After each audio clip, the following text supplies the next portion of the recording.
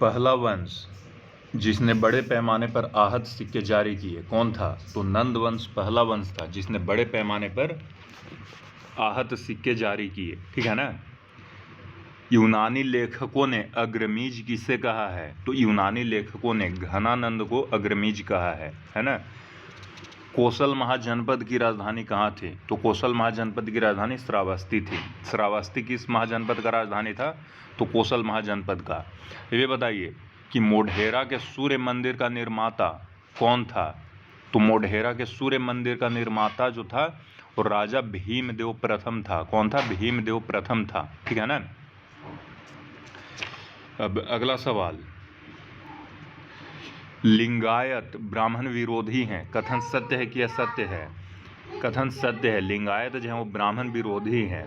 लिंगायत मूर्ति पूजा और पुनर्जन्म में विश्वास नहीं करते हैं, सही है कि गलत है? कथन सही है। लिंगायत जो है वो मूर्ति पूजा में और पुनर्जन्म में विश्वास सच में नहीं करते हैं। ठीक है ना। ये बताइए, हीनयान का एक संप्रदाय था वैभाषिक। हीनयान का एक संप्रदाय कौन सा था? वैभाषिक। तो वैभाषिक की उत्पत्ति कहाँ हुई? तो वैभाषिक संप्रदाय की उत्पत्ति कश्मीर में हुई। ठीक है ना। ऐसे ही करते करते सारा पढ़ लेंगे, कुछ भी नहीं छोड़ेंगे। हाँ, ये बताइए कि अरे हाँ, ऋग्वेद के किस मंडल में वर्णित है कि अश्विन देवता ने मनु को हल चलाना सिखाया? तो ऋग्वेद के चौथे मंडल में वर्णित है कि अश्विन देवता ने मनु को हल चलाना सिखाया। अच्छा, ऋग्वेद के चौथे मंडल के अनुसार मनु को हल चलाना किसने सिखाया? तो ऋग्वेद के चौथे मंडल के अनुसार अश्विन देवता ने मनु को हल चलाना सिखाया। ठीक है ना। ये बताइए, ऋग्वेद में कई जनजाति और महत्वपूर्ण परिवारों का उल्लेख है। तो ये बताइए कि ऋग्वेद में किसे ऋग्वैदिक कालीन अंतिम राजा माना जाता है? तो ऋग्वैदिक अंतिम राजा सागर को माना जाता है। और ऋग्वेद में प्रायः कितने जनजाति का उल्लेख है? तो ऋग्वेद में प्रायः 30 जनजाति का उल्लेख है। ठीक है ना। अच्छा, विवाह को एक संस्था के रूप में किसने विकसित किया? तो विवाह को एक संस्था के रूप में दीर्घतमा ऋषि ने विकसित किया। किसने? दीर्घतमा ऋषि ने। ठीक है ना। हाँ, और आगे बताइए, ताम्रपाषाणिक संस्कृति का केंद्र भारत में क्या कहाँ कहलाता है?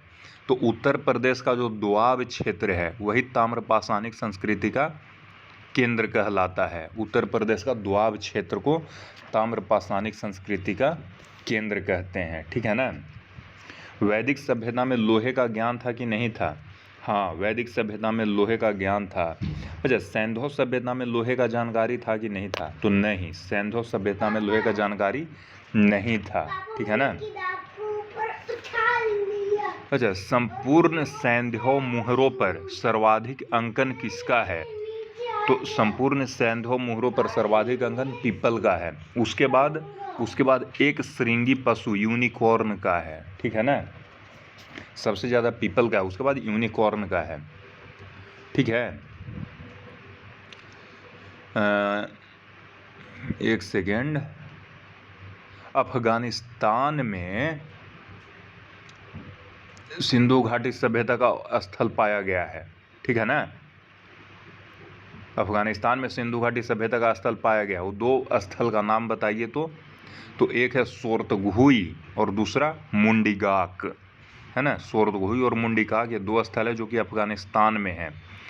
ये दोनों किस पर्वत के उत्तर में स्थित है? सोर्तगुई और मुंडिगाक किस पर्वत के उत्तर में स्थित है? तो सोर्तगुई और मुंडिगाक हिंदुकुश पर्वत के उत्तर में स्थित है ना। जो सोर्तगुई था वो किन दो नदी के संगम पर स्थित था? तो जो सोर्तगुई था वो आक्सस और कोकचा नदी के संगम पर स्थित था। ठीक है ना। अभी बताइए कि आक्सस और कोकचा नदी के संगम पर कौन सा सैंधव सभ्यता का स्थल स्थित था? तो सोर्तगुई। ठीक है ना, सोर्तगुई।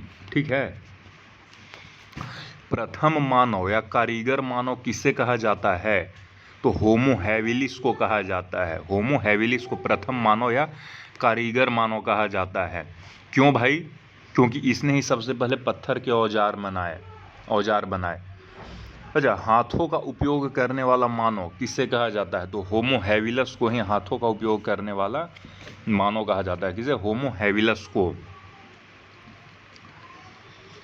प्राचीन भारतीय इतिहास में सर्वाधिक तांबे के सिक्के तथा सर्वाधिक शुद्ध सोने के सिक्के किसने चलाए?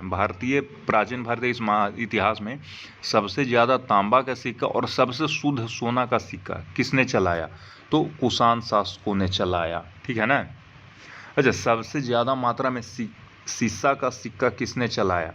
तो सबसे ज़्यादा मात्रा में सीसा का सिक्का सातवाहनों ने चलाया। ठीक है ना। किसने हड़प्पा को एक विशाल साम्राज्य माना और न ही राज्य?